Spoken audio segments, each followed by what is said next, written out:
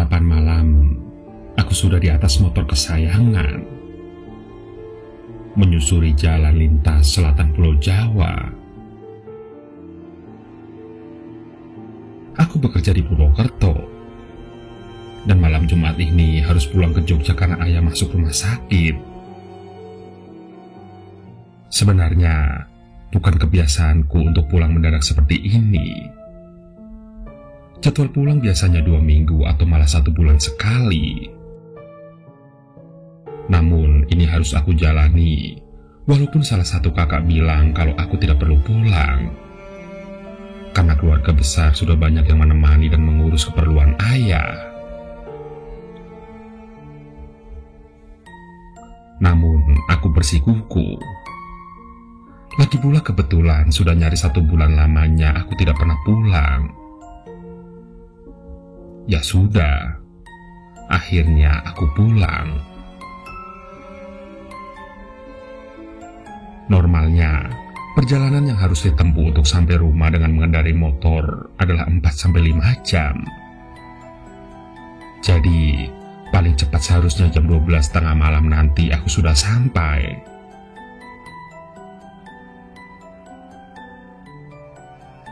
Hanya pakaian berbalut jaket kulit menempel di badan yang aku bawa pulang, ditambah dengan tas kecil berisi keperluan sehari-hari, dan tidak banyak yang aku bawa. Bismillah, semoga aku selamat sampai rumah tanpa kekurangan apapun. Doaku sebelum memulai perjalanan.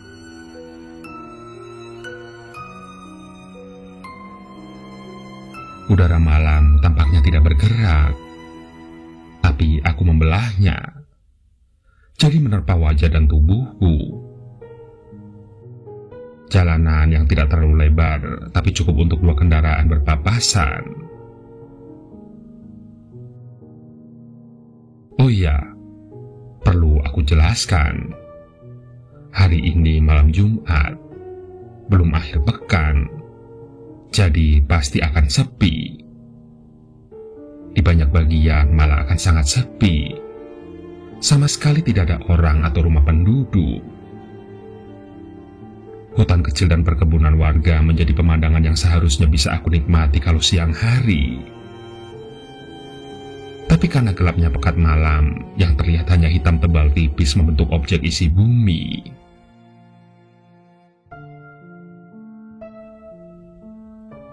sejak 3 tahun terakhir, jalur ini sudah jadi jalur yang harus aku lalui untuk pulang atau berangkat dari Jogja menuju Purwokerto.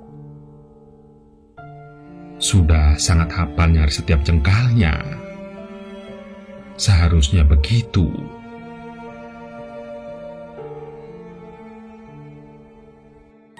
Udara mulai dingin ketika malam semakin larut.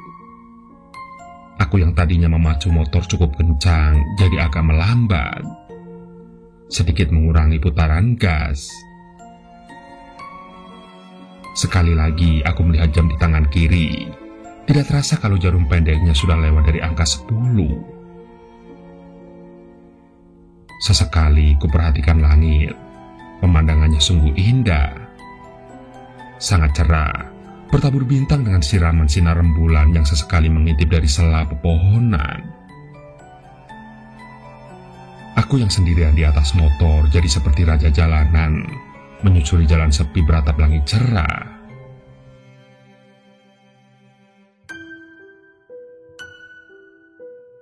Kebumen. Tiba-tiba aku sudah sampai di kota kecil yang sepi ini. Mungkin karena sudah malam jadinya terasa lebih cepat. Tanpa berhenti, aku hanya melewatinya saja, lalu terus menuju kota kecil berikutnya. Tidak terlalu jauh selepas Kebumen, aku sampai di persimpangan. Pada persimpangan ini, aku berhenti sebentar untuk memilih jalan mana sebaiknya yang harus dilalui. Keduanya memiliki medan yang berbeda.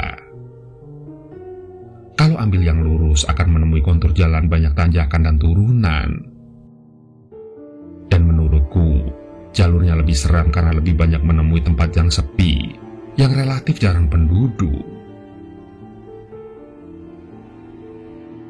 Dan kalau ambil jalan ke kanan, di depannya akan menemui jalur lurus dan panjang. Tidak jauh dari garis pantai. Minimal aku akan mendengar suara debur ombak dari kejauhan. Sungguh aku agak bingung memilihnya. Namun akhirnya, mempertimbangkan jarak tempuh, aku memilih jalan yang lurus. Walaupun akan sangat sepi, tapi bisa berhemat banyak waktu. Jadinya aku tidak akan lewat jalan yang di dekat pantai.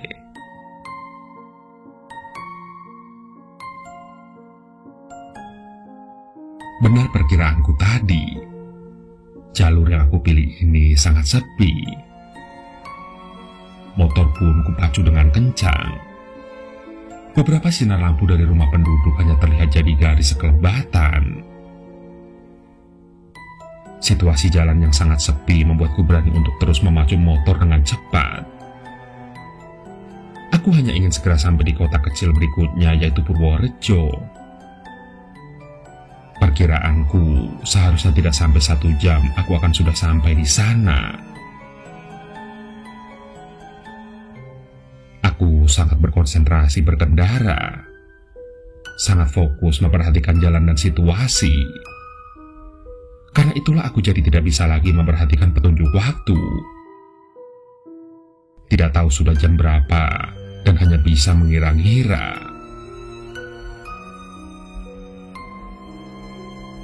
Sepertinya sudah hampir jam 11. Dan sepertinya sudah setengah jalan menuju Purworejo.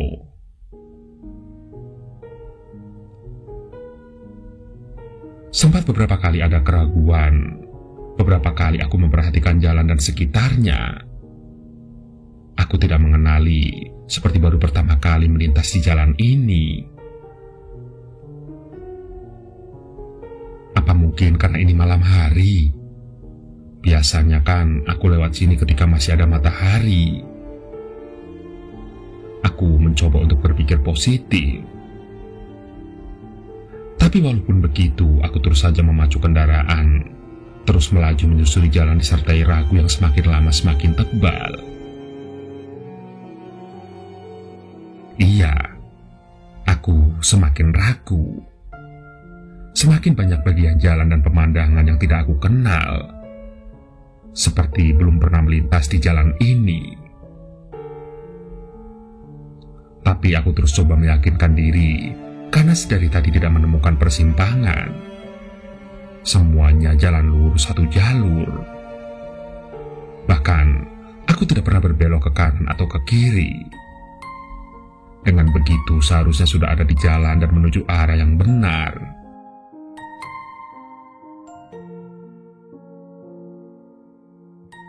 Perlahan, aku memperlambat laju motor. Sambil memperhatikan jalan mencari tempat atau bagian yang mungkin aku kenali. Ternyata tidak. Aku sama sekali tidak kenal daerah ini. Aku sepertinya tidak pernah lewat jalan ini. Lantas bagaimana bisa? Kenapa ini bisa terjadi? Semakin pelan aku memacu motor. Aku menyerah. Aku lalu berniat akan mencari penduduk setempat untuk bertanya apakah aku tersesat atau tidak. Tapi sama sekali aku tidak melihat seorang pun juga. Tidak ada warung atau toko kecil yang masih buka. Sepi dan kosong. Walau beberapa kali ada rumah penduduk, tapi keadaannya sudah gelap. Pintu dan jendelanya tertutup rapat dan penghuninya pasti sudah tidur. Aku merasa tidak tega untuk mengetuk dan membangunkannya.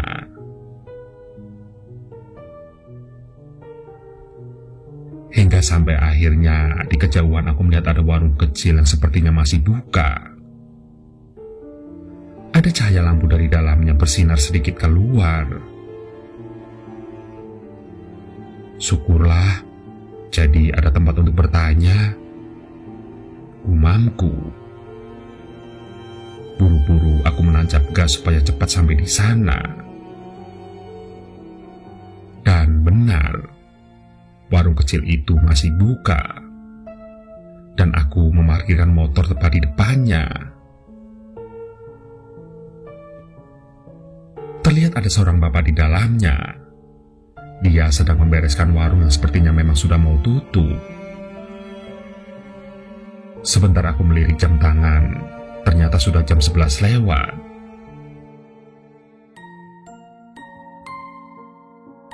Permisi Pak, selamat malam, maaf mengganggu.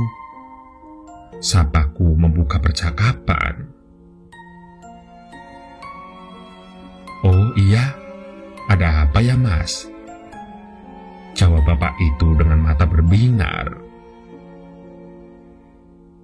Mau tanya Pak, apa ini benar jalan menuju Purworejo?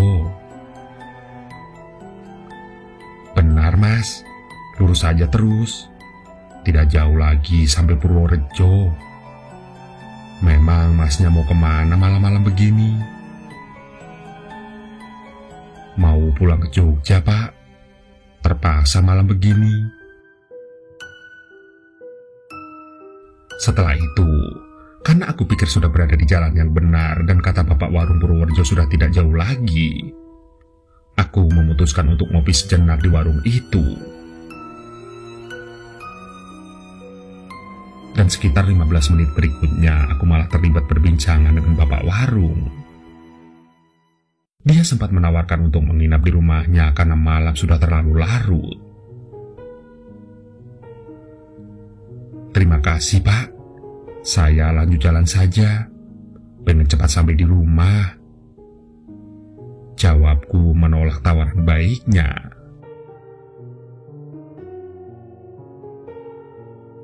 Ya sudah, tapi hati-hati ya Mas.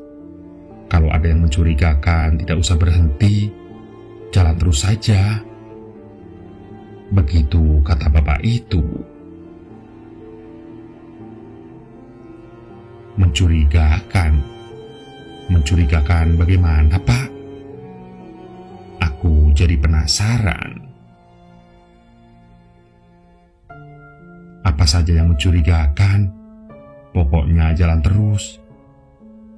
Dan hati-hati kalau ada iring-iringan ya.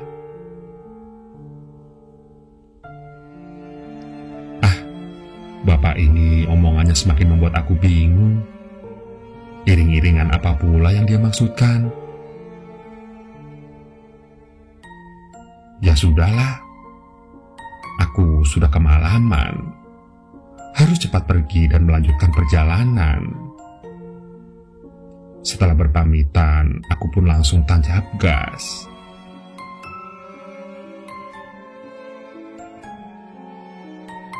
Malam semakin larut dan desir angin membawa hawa dingin. Jaket kulitku sepertinya kehilangan khasiat.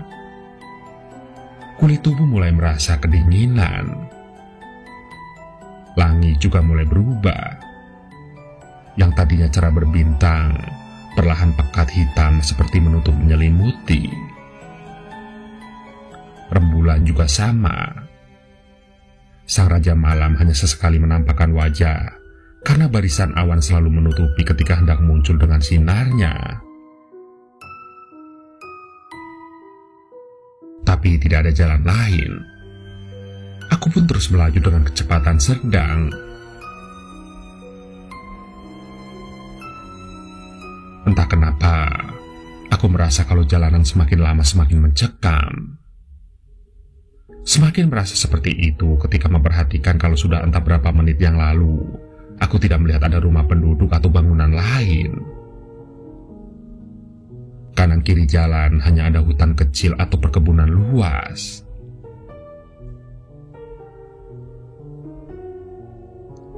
Rasa khawatir semakin bertambah ketika melihat kalau perlahan kabut tipis mulai turun.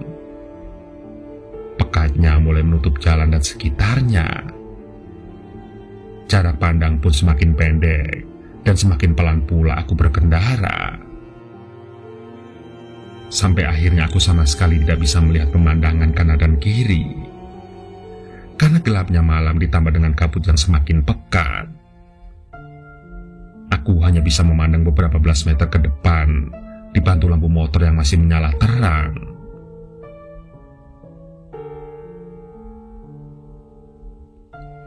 Terus saja aku susuri jalan ini. Jalanan yang terlihat seperti tidak berujung. Rasa khawatir mulai ditemani oleh ketakutan. Aku merasa sepertinya ada yang tidak beres.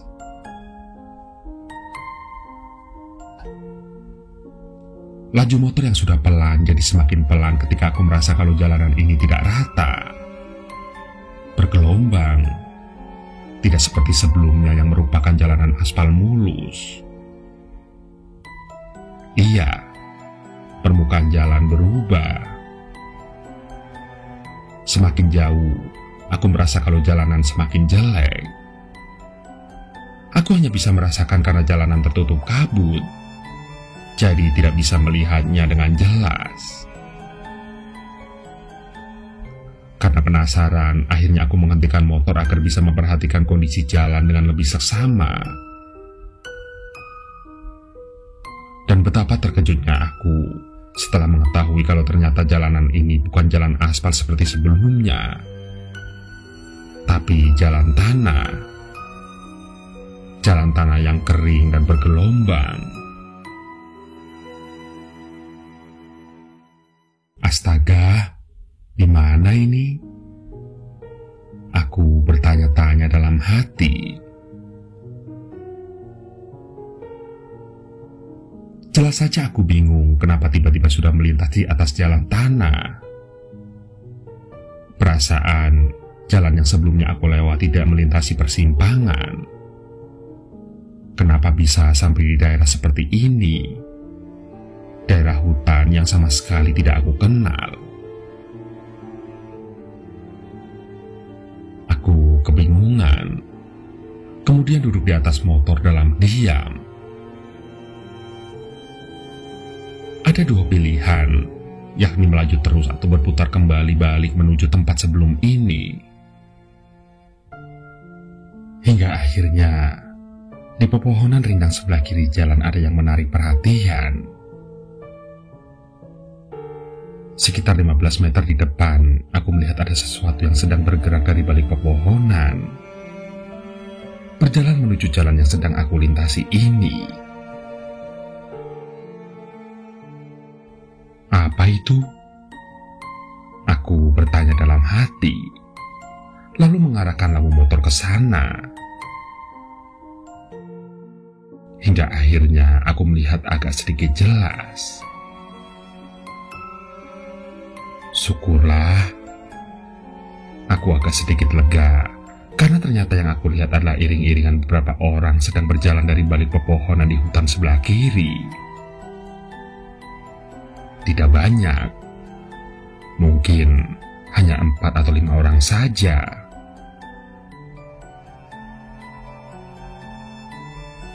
Aku belum bisa melihat mereka dengan jelas, karena pandangan masih terhalang gelap dan pepohonan.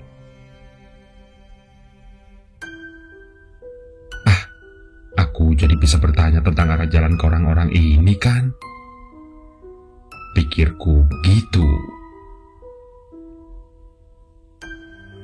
Beberapa belas detik kemudian, aku jadi semakin senang lagi karena melihat ternyata mereka berjalan menuju ke arahku ketika sudah keluar dari pepohonan. Tapi karena kabut masih pekat, juga jarak pandang masih pendek, aku masih belum bisa melihat mereka dengan jelas. Dan beberapa detik kemudian, aku akhirnya dapat melihat mereka dengan jelas. Setelah jarak kami hanya tinggal beberapa meter saja.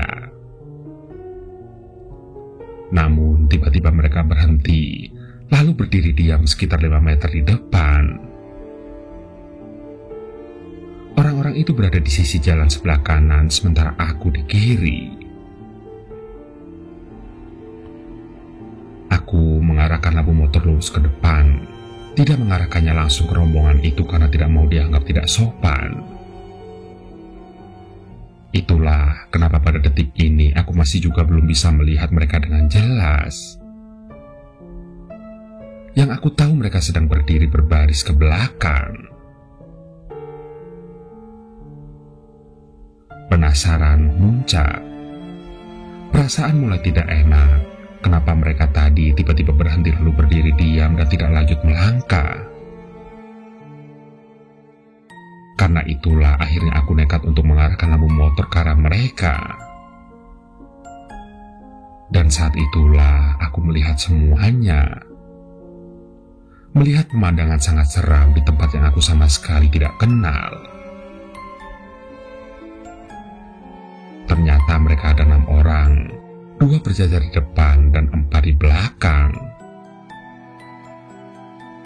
4 orang di belakang terlihat seperti sedang membawa sesuatu, membopong suatu benda di atas pundaknya. Ternyata mereka rombongan pembawa jenazah, dan 4 orang di belakang ternyata sedang memanggul keranda mayat. Loh, siapa mereka? Kenapa tengah malam begini berjalan beriringan membawa keranda? Namun, bukan itu yang membuat bulu kuduku berdiri semua. Ternyata bukan itu yang membuat ketakutanku memuncak sampai ke ruang batin. Bukan. Masih ada lagi. Aku langsung memutar motor ke arah berlawanan, berniat untuk kembali lagi saja ke arah datang tadi. Aku tidak mau berpapasan dengan rombongan itu. Aku amat sangat ketakutan. Kenapa begitu? Apa yang membuat aku sangat ketakutan? Aku melihat kalau ternyata mereka semua tidak berkepala, hanya badannya saja. Setelah motor sudah berbalik arah, entah disebabkan rasa takut yang membuncah atau bagaimana, tiba-tiba mesinnya mati. Setelah itu aku coba nyalakan lagi, berusaha terus sampai mesin hidup lagi. Aku pun kemudian melirik sedikit ke belakang dengan maksud untuk melihat rombongan seram itu. Dan ternyata mereka mulai bergerak maju, mendekat ke arahku. Melihat itu semua, aku makin panik dan terus coba menyalakan mesin motor. Aku pun nyaris menangis ketika sadar kalau mereka sekarang sudah berada tepat di samping, berjalan pelan dengan langkah gontai. Aku ketakutan. Rombongan tanpa kepala pembawa keranda mayat sedang persis melintas di sebelah kananku. Hingga akhirnya datang sebuah keajaiban. Tiba-tiba mesin motor menyala. Dan detik itu pula aku langsung tancap gas meninggalkan rombongan seram itu di belakang. Selesai? Belum. Beberapa menit kemudian aku merasa ada yang aneh. Ada yang terasa berbeda dengan motorku. Kali ini sepertinya lebih berat. Aku merasa kalau beban motor jadi bertambah. Seperti ada yang sedang membonceng di jok belakang. Sepertinya aku sedang tidak sendirian lagi. Melirik kaca spion, aku coba melihatnya. Tidak terlalu jelas, tapi sekilas ternyata benar. Aku melihat dan merasakan kalau ada sosok sedang duduk di jok belakang.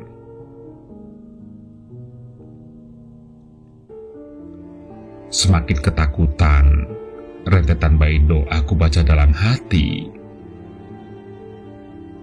Sedangkan motor terus kupacu entah kemana, yang aku mau hanya pergi dari tempat seram itu.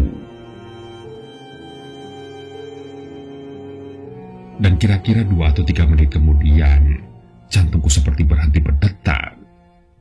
ketika merasakan ada tepukan pelan di pundak. Kemudian, perlahan aku menghentikan motor. Sambil menangis pelan, aku merasa kalau penumpang gelap yang duduk di belakang turun dari motor. Dan bodohnya, setelah itu aku malah menoleh ke arahnya. Benar, di sebelah kiri, aku melihat ada sosok sedang berdiri. Dia berdiri diam mematung tanpa kepala. Tanpa pikir panjang, aku langsung tancap gas. Dan tidak lama, sekitar beberapa menit kemudian, aku akhirnya kembali menemui jalan beraspal. Jalan aspal yang kali ini aku bisa mengenalinya. Kemudian aku terus melaju pulang, dan sampai akhirnya pada jam 2 dini hari sampai di rumah dengan selamat. Sungguh, itu merupakan kejadian seram yang tidak akan aku lupa selama hidupku.